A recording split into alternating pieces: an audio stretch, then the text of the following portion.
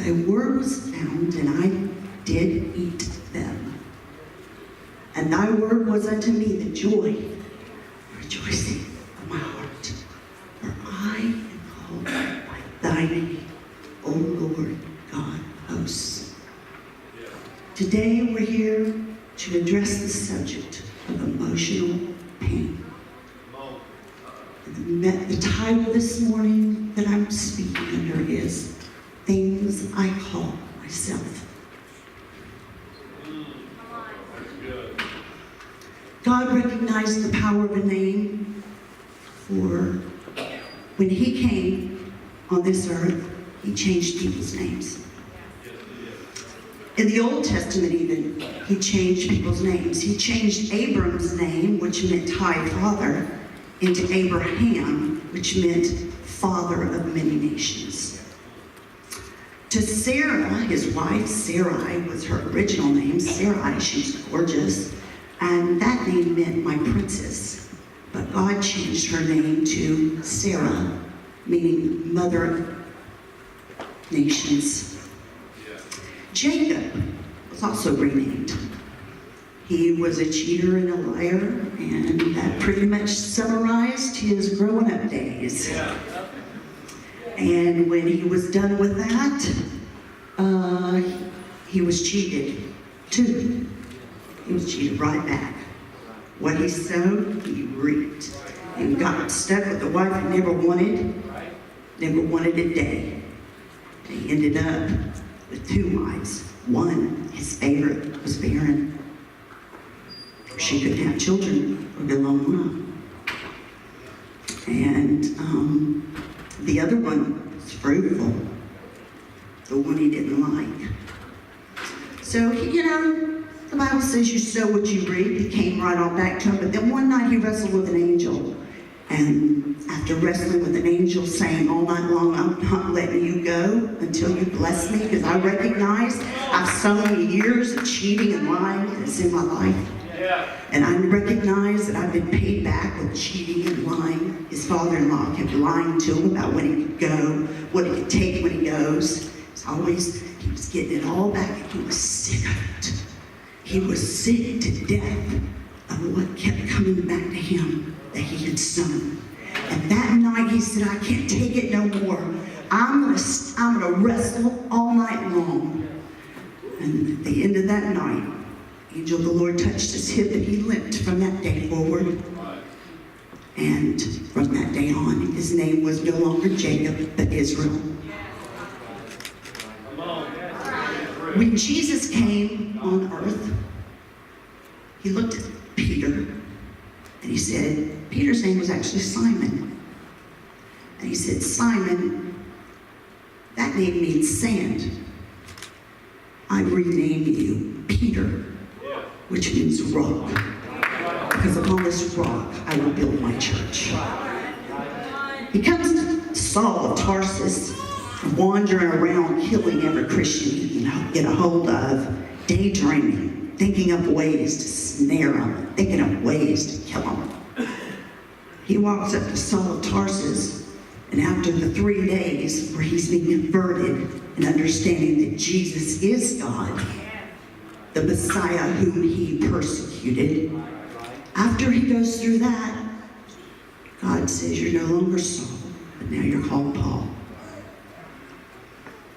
We find in the story, in the book of Ruth, the tale of 2 women. It began with Naomi.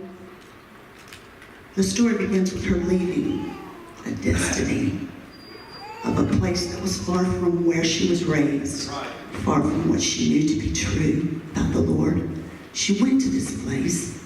Her son's married. She made a house there. A good portion of her life is spent in this barren place. We don't know anything about it. It's not really recorded. Only we know that her husband died there. Both of her sons died there. And at that point, she comes back. And she says, I'm going back to my people, and I'm going back to my God. Her daughter-in-laws loved her dearly, which lets us know she was a precious woman. And both of them were packed up and going with her.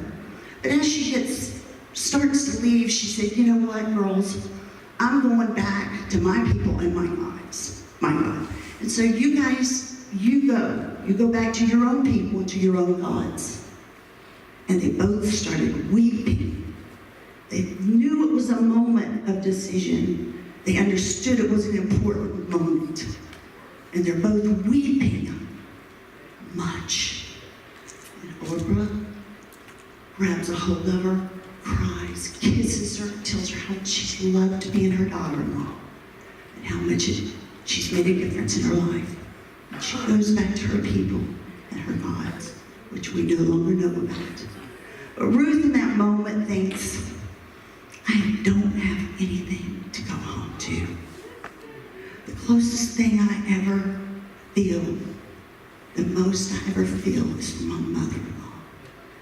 And while Orpah's going and Naomi says, go, Ruth says, entreat me not to leave you, for my God will be your God and your people will be my people. That's what she said. So the two of them come and they go right to Bethlehem. And when they arrive in Bethlehem, the whole city is stirred because of their arrival. And people saying, is this Naomi? Oh, is that Naomi? And she realizes that they're saying this. So she says to them, do not call me Naomi anymore. Because Naomi means sweet.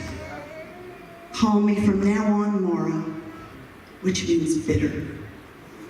For the Almighty has caused me great grief and bitterness, and I left full with a husband and 2 beautiful sons. But the Lord has brought me back empty. Why call me Naomi, since the Lord has testified against me, and the Almighty has afflicted me? Don't call me sweet, call me bitter. Don't call me sweet, call me bitter. That's what Naomi had to say, coming back from a place where God was not worshipped. Today's world, we're all suffering pain. I may be talking to a woman in this room right now who's physically abused. Because of that, you're emotionally abused. I may be talking to a child right now that doesn't even know you're being abused, but you just feel funny and weird and it's miserable.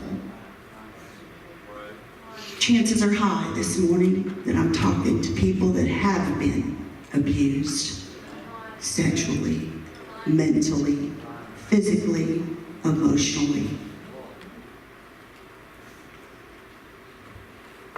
Whether you've lost a child, a sister, a brother, your best friend, the love of your life, whether you've nursed someone who was dying or is dying, you understand heartbrokenness. That place where you don't even try to acknowledge you're going to get over it anytime soon. That place where you stare blankly into the future and you don't know when you'll feel different than you feel right now. You may look in the mirror this morning and call yourself ugly. You may call yourself fat. You may call yourself poor or broken, unloved, unheard, unforgiven, or ignored. You may call yourself a failure, friendless, ruined. Today's world, many of us are running with our soul on default. We are taught that if we can rush and do it faster, we not only do it better, but we are rushing so that we can get even more stuff done. Totally alienating ourselves from an almighty God who demands us to be still and know I am God. The rush our whole society is against, which when you think about it shouldn't surprise us. The spirit of the age is against being silent. It's against being still. If you dared say, oh, I was just sitting in this chair for the last 30 minutes, people would look at you like you're a loser. Why are you wasting 30 minutes? You should be cleaning out the stove. Right? We're ashamed to admit we have time to spare. We make sure we never do. We're scared to death of being bored without entertainment. I've heard myself say that so many times while I'm waiting in the doctor's office. I brought my computer in with me. Doing homework right there. When the doctor comes in, he says, what are you doing? I said, homework. No time to waste. No time to spare.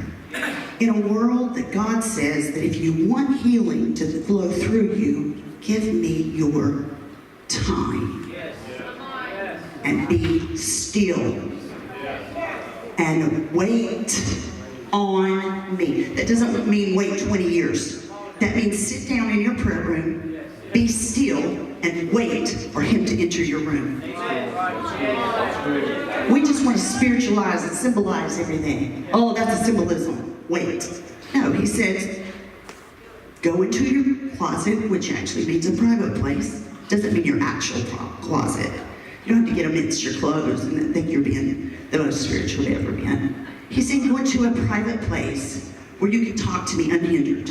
You know what I'm talking about. When we have a prayer meeting, our prayers are spoken in, they get loud on different syllables. So people can't know. It's coded prayers, right? We have to. We're praying about important things and about people's lives we love. Nobody needs to know their business. So our prayer is it's a more formal setting. It's wonderful. But the Lord said, I want you to go someplace where you don't have to do all that. You can speak to me the way you need to speak to me. And I get tired of hearing sentences that are beating around the bush. Just go ahead and say what you need. Just go ahead and admit, finally, that you're mad as fire at me because I didn't do something that you wanted me to do. Go ahead and admit it. Sometimes because we don't want it to admit, we fear God, but we don't fear the fact that he sees in our heart and knows what really is there. And talk ourselves up sweet, but he looks and he knows what you're fighting. It's better to be truthful with God. I know that there's been times that I've been offended at the Lord because he didn't do something that I felt he surely should have done. And you know what? I may have missed a few days of prayer or more week because I didn't want to say to him the things that were in my heart. I was angry and I was aggravated. And I had just enough respect to know to be careful in that presence. Right? But I did not fear the fact that he knew already. So this was distracting him from the mess and the platitudes that were coming out of here. He didn't listen. He said, when you're ready to deal with what you've got against me, we'll talk more. He didn't show up at a lot of prayer meetings that I thought that he should have.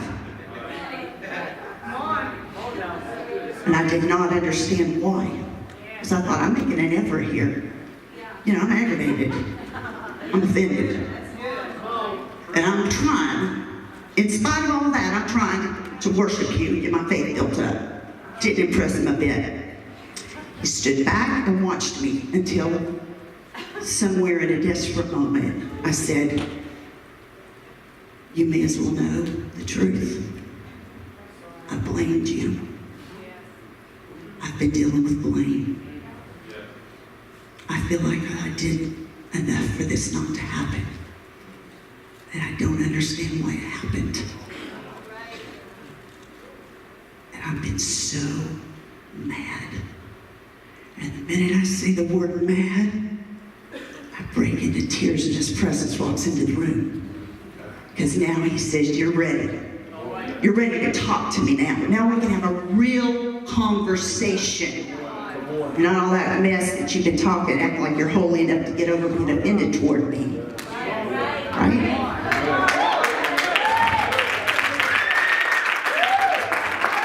Anybody that's served God for any length of time knows exactly what I'm talking about. If you don't, good. You're new. And you know what? It's beautiful.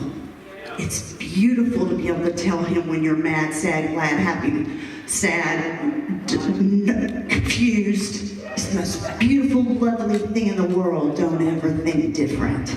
You see us that love to pray, we would never want it any other way.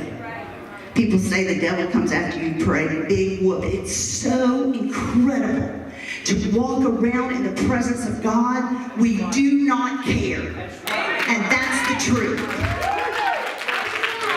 Some people are afraid to move into the depths of God for what the devil will do. What a crying shame. I'm going to tell you what, the depths of God are so deep and so magnificent, so powerful, that when you move into them, you are so enraptured in your heart that when you come out, the devil comes at you, you do not give a flip and you sound, go back there to get some more of that.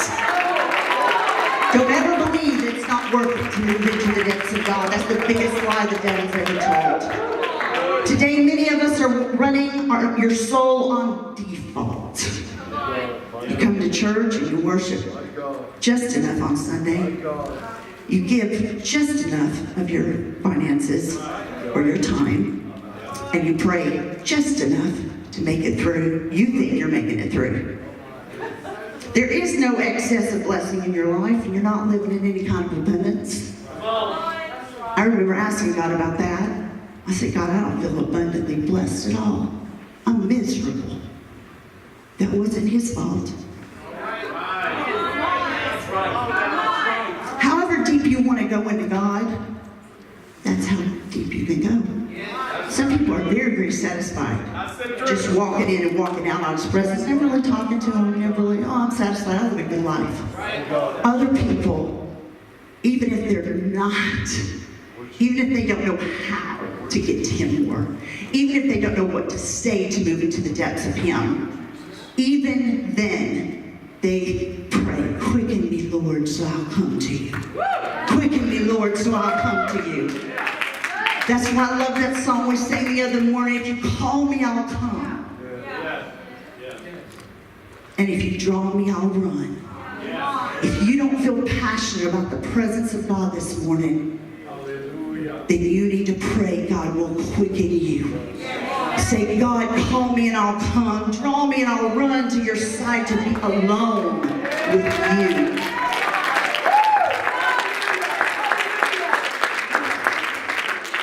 If you're living with no real change for 218, no definite expectations, no pain from learning something new, and no faith growing to believe for something bigger than you've ever seen in your life,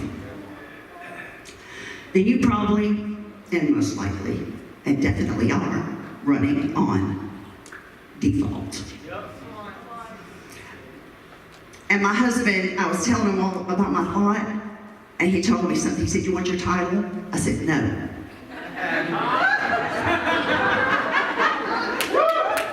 He's awesome. If he wasn't so perfect, I would keep trying to make him go the whole distance. He's so close to perfect, I try to help him make it all the way.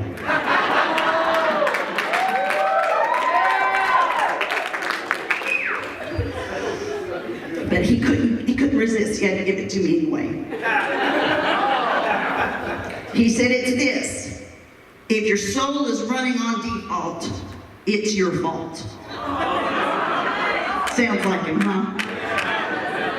That's a little bit of Pastor Eliseo this morning.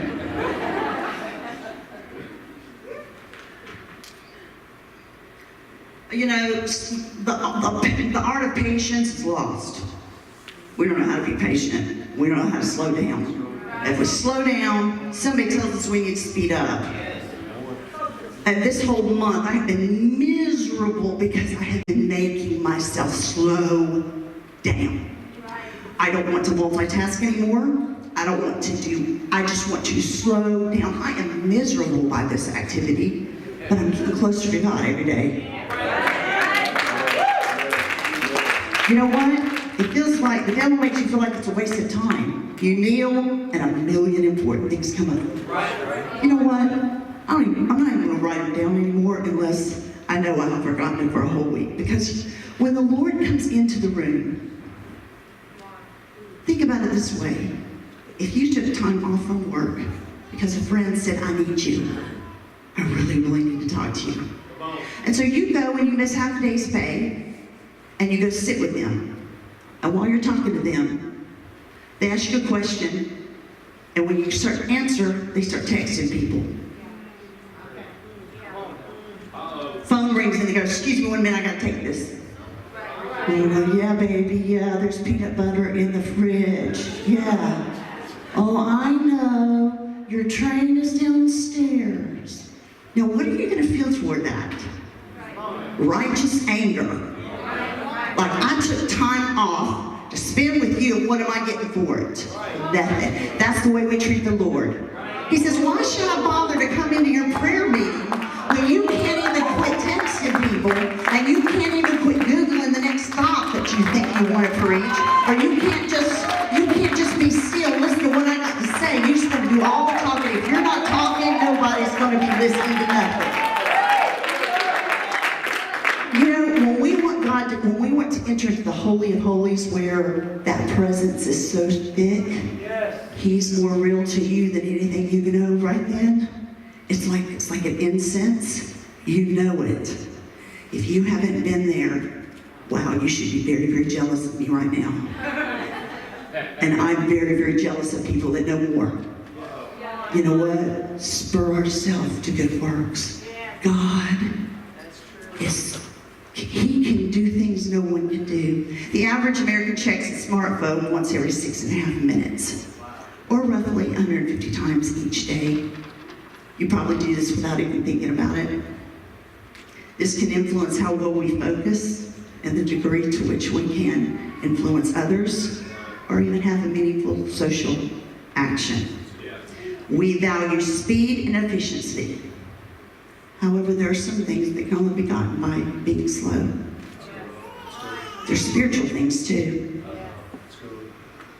We were warned by this whole type of this situation running on half empty. We were warned in the Bible from Jesus Christ Himself warned us from running on half empty, out of abundance, not quite enough, just enough, hopefully enough of His Spirit. Hopefully you've spoken enough. Hopefully you've spoken in tongues enough that you have enough anointing to make it through the day. Hopefully. He's with you as if He's standing by you, because if you have the Holy Ghost, the Comforter is there. We ignore Him so much of the time. If you're traveling with a friend and you go meet a bunch of other friends, when you're done talking to them, you get in the car and you have these aside conversations with each other. Wasn't that fun? She makes me laugh so much. It's an aside. It's a talking. We cannot ignore Him throughout the day. If we want to walk with Him, He can't be ignored. You don't just say, I'm going to do it. I'm going to do it pretty soon. I'm going to do it. He lets you get by with that so long, and then He lets you seek Him for a long time till you learn to appreciate Him.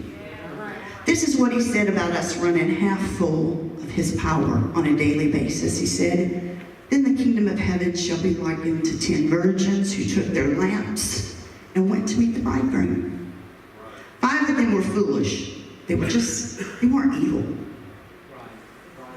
He didn't say they were not spiritual ever. He just said they were thoughtless this time. He just said they were very busy.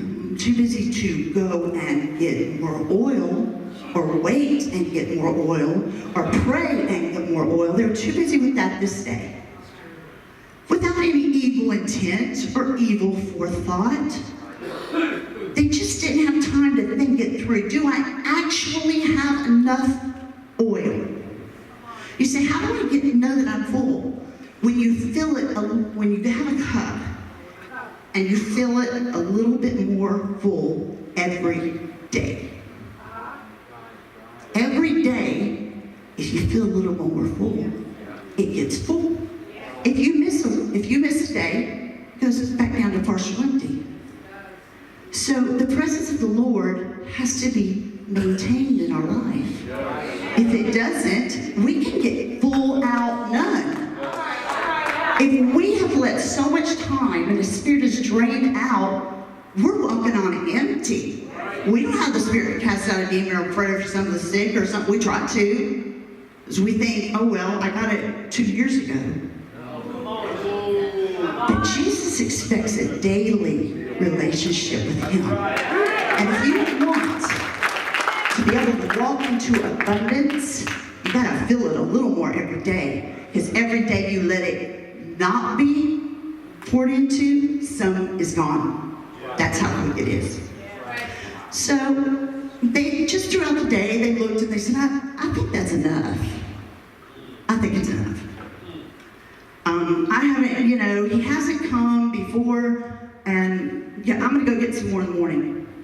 They weren't trying to just say, I'm never getting no oil. They just put it off till the morning. I don't need it tonight. They just didn't need it right then. They had it right then, but then in a few hours, it was gone. Totally gone. That lets us know we can get drained of the Spirit of God. Because the other ones, they had enough. They had made sure, okay, have this much, but also have this much extra. So they were just a little bit more careful about the amount of Holy Ghost, the amount of oil that was within themselves. And so they believed they were in the safe zone. They went to bed. But the bridegroom lingered longer than they all thought.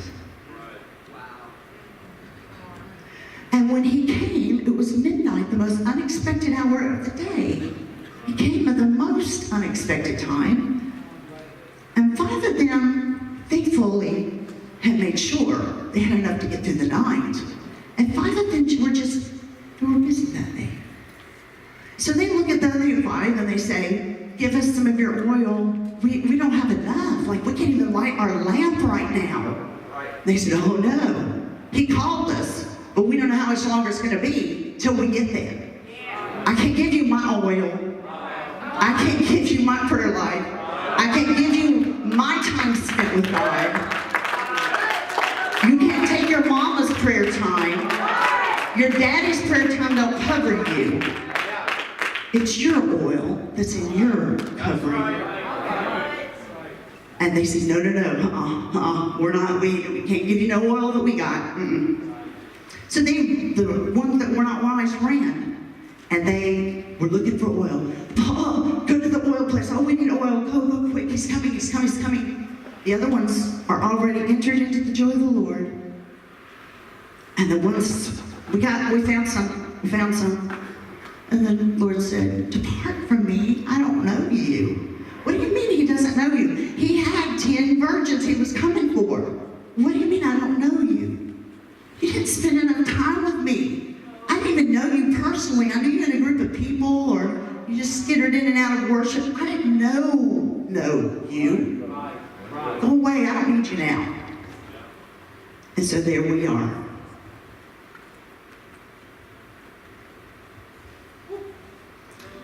When you're needing emotional healing, a lot of times, some of you might be in therapy right now for it, and it's fine. You need to just know, there some of the terms they use, like mindfulness, just know what it is. It's a very spiritual concept. Don't let words that science tries to rob from the Bible and just rename claims theirs. Don't let that through. Go ahead and let their name for it. You tell you what the name is, and then you say, and most Christian psychologists will always point out the how it is in the Word and how it is there. But mindfulness is just an active state of open attention on the present. When you're mindful, you carefully observe what you're thinking about. So you sit in His presence, and you just let, you don't try to judge yourself or think about anything else. You try not to think. You just sit there and breathe. You start relaxing your muscles. This is very good. This is how you be still and know that there is a God. So don't worry about terms. Just worry about it. Hey, that sounds like something the Bible told me to do. I will do this. They give me these instructions. So what you're just, and when those thoughts come into your mind, unhindered by the correction in your mind, you realize the things you're really thinking. And you look at them. In that moment, you know yourself. You know yourself clear. Right. You go, oh, I didn't know I felt that about that. I just knew I was really angry about this. And once you start knowing yourself, then you can move into the presence of the Lord and say, God, I realize now that I had this whole other thing going that's been bothering me. And I thought it was this, but it was really that. And so you work into the presence of the Lord. Don't call me bitter, call me sweet. Don't call me sweet, call me bitter. Jabez was named. His name meant sorrowful. His name meant there's another meaning, but I don't know exactly what it is right now. I can't remember. But the name Jabez was not a good name. It was sorrowful, mournful, pain. You were born in pain. Yeah, you were born in pain. Well, who wants to walk around everybody's calling you, you're pain. You're painful. You were born in pain. That's all you hear all day. Is that's what the meaning of his name was, and everybody knew it at school, and wherever he went, his name was, you brought pain. Maybe you were born from a rape. Maybe you feel like that your life brought pain. Jesus came. The Bible, this is so interesting though. Can you imagine Jesus? The Bible says Jabez was more honorable than all of his brothers. He wasn't even supposed to be in any kind of anything. But he was so honorable, he gets honorable mention in the Bible. And he was called on God saying, bless me indeed, expand my territory, keep your hand on me, that I will not cause pain. I don't want to cause pain anymore. I don't want people to hear me say you cause pain. And guess what? The Lord granted his wish. And when the Lord was done with him, he wasn't called that. He was called blessed. He was blessed. He said, you may call me sorrowful or somebody that causes pain, but I call myself blessed. Corrie ten Boom, she was ministering one night long after she had been, I don't know if any of you were in the hiding place, but she was in the Nazis. She had helped save a lot of Jews. And many years later now, she's ministering everywhere she's going. She's traveling all over the world, speaking to people, mostly about forgiveness. And one night, a man came up to her, and she recognized him instantly. She had been in the Ravensbrück or whatever, in one of those camps. And she recognized this man as a soldier.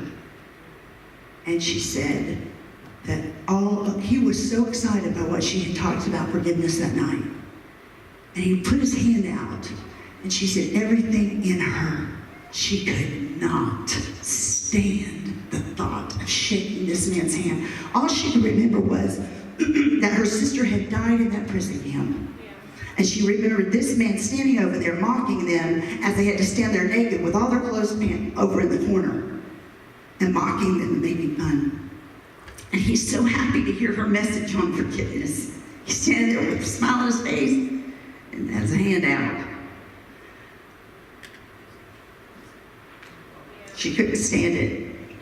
She said, I tried to bring my hand halfway up. I couldn't stand it. I thought of my sister dying in that place. She said, I couldn't get my hand up. And she said, in Jesus' name right now, I'm asking you to give me your forgiveness. Give me yours. So that I can shake this man's hand. And she said, strength came into her arm. She was able to lift her hand and shake this man's hand. If you can't find forgiveness in yourself, ask God for His forgiveness so you can move forward in your life. This morning, some of you may have mental mind loops that come to you, and you go through these little cycles of thought. For instance, a man comes in from working a long day, comes in, goes into the room to see his baby, lays the dry cleaning down on the bed, starts playing with the baby. His wife calls him. He goes and empties the trash, talks to her a minute, goes back in. The baby's suffocated from the plastic on the dry cleaning bags. This man goes through a loop that says, why did I even go to work today? My boss has been targeting me for months. I should have tried to get a job already this year to change this whole situation, and I was too exhausted and miserable this morning to even go. Why did I go? Then the next thought is, why in the world? I could have dropped that thing off at the post office, but why in the world did I go to the dry cleaning today? Then the next question is, why did I lay? God help me, why did I lay the dry cleaning on the side of the crib? I could have laid it anywhere. Even when I laid it, I thought, this might not be a good place. What if he gets scratched with the hangers? But I just laid it there, and I wanted to play with him. He was so cute, precious laying there. Then his next thought is, why in the world did I leave when my wife said, please come empty this trash, it's full of dirty diapers? Why did I leave? Then the next question is, why in the world did I go to work today? I've been trying and needing to get another job. If I wouldn't have went to work today, I wouldn't have went to the dry cleaning at the same. You see the path? Over and over and over again. If the devil's got you trapped this morning in one of those little mind loops, never can be answered. The questions never can be answered. The reasons will never be understood why you made the choices that you did that day. If you find yourself in that place, then today is your day. Today you can be healed. Today you can be set free. You say, I know that the Bible says all these stuff, and I'm fixing to quit, so just to give you a moment of hope. The Bible says all this stuff. The Bible tells me all these things, but when I pray it, it's not mine. You know what? That's true. When you buy something from Amazon, when you say, I need a I need a watch, whatever. I need something. I need this from Amazon. And I'm not going to worry about it anymore because they have what I need. Do you have your need fulfilled yet? It's in there. You know it's at the store or Walmart, wherever you go. You know it's there. You know the promises to that is there. Well, they definitely have it. So when I need it, I'll get it. But is it yours yet? What about if you purchase it? Is it yours yet? What about when you receive it? It's yours, but you don't really know how to work it yet. Let's just say it's a smartphone. It's a good way to think about miracles because they're not that easy. You don't just, you read it and you go, I've been trying to get this miracle for 100 years. You know, the fact remains, you know it's there in the Word, and you think about it whenever you need it, but it's not. You have your new smartphone. You haven't taken the time to read the instructions, nor do any of the things that it tells you to do. Is it really yours? Can you use it well? Can you take advantage of what the truths, whatever great things that's in there? What about you start messing with it? You just get more confused every day. You're going, this thing's driving me nuts. Is it yours? You're using it. You know one or two things that it does. Are you satisfied? Some people are. Some people go, I can text, and I can this, and that's all I need to know. But what if there's incredible things that you can do with it? But you didn't read the instructions, and you don't really know how to get it. You don't know how to use it. You don't know how to apply it to your daily living. It doesn't matter that they're all in there. It doesn't really belong to you yet. It's not until that you break these processes down and you can get them at your fingertips like that it's yours. The Word of God is packed full of all kinds of promises that aren't yours yet. If they were yours, you would already have what you needed. If everything said in there was yours, then why aren't you using it? Why don't you have it? Why haven't you been healed yet? Why are you still miserable? Why are you still in pain? Why do you still not have the financial blessing you once hoped for? You can't just give God a dime and expect $1 million back. He said, put something in the bowl, and I'll look at it. I'll give you a little bit more than you gave me. So just because there's promises in the Word, doesn't mean you own them.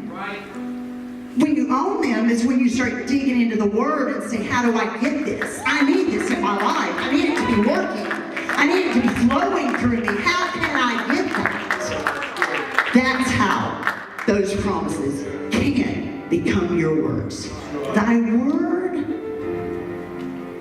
what was that scripture again? Thy words were found and I did what? I made them. Your word. I need a miracle. I need a miracle for my child. I need a miracle for my mother. I need a miracle. I gotta have it. Thy words were found, and I didn't just look at them, stare at them, and say, this is your word, Lord. You said it. I ate it.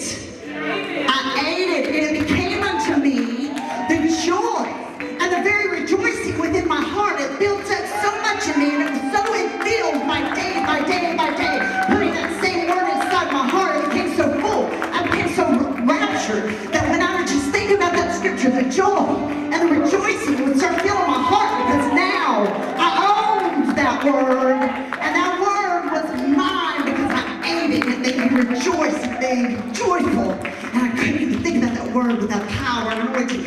Now you're talking, friend. Now you own a piece of the word. Don't let life cheat you because everybody tells you you need to be rushing. Don't let life cheat you. God has names He wants to call you. Don't call yourself bitter. Call yourself sweet, because you ate the word and it was good. Taste and see that the Lord is good. Eat the word. Eat the word. Spend time in His presence. And that's how, if you come this morning for a healing, there's only one thing you need to concentrate on right now, and that is the healer. Do not seek your healing. Seek the healer. Do not seek your deliverance. Seek the deliverer. Seek Him. Seek Him. He has everything we need. Many times we seek the healing because we're desperate for it, and we're so intense. We get our mind and our eyes all squeezed up and scrunched up, and we're so tense. But His presence isn't like that. He says, relax, be at peace. And then that's when He comes. That's when He sweeps. Those eagles my husband preached on the other night, they perch themselves on the edge of the mountain, and then they turn. They feel which way the wind's coming. And they kind of, you watch them, kind of turn like a windmill. But once they get that wind just right, all they do is spread their wings. And as soon as that gust comes up, They don't barely move. They soar. That's the Bible says, wait on the Lord. What? Like an eagle. Whoa, I'll turn this platform up. Like an eagle, wait for the Lord. Which way? Where you come from, Lord? I'm in the Spirit. I'm full of your presence. Your word tastes so good to my heart. Oh, Lord, which way? Oh, I'm feeling the wind kind of blowing this way. Oh, I feel it. Let me get here just right. I'm waiting on it, Lord.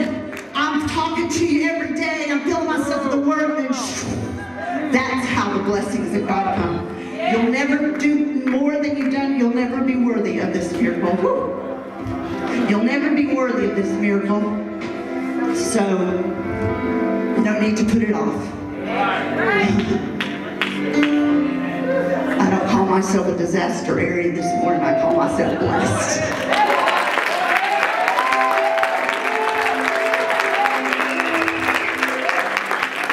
Focus on Jesus.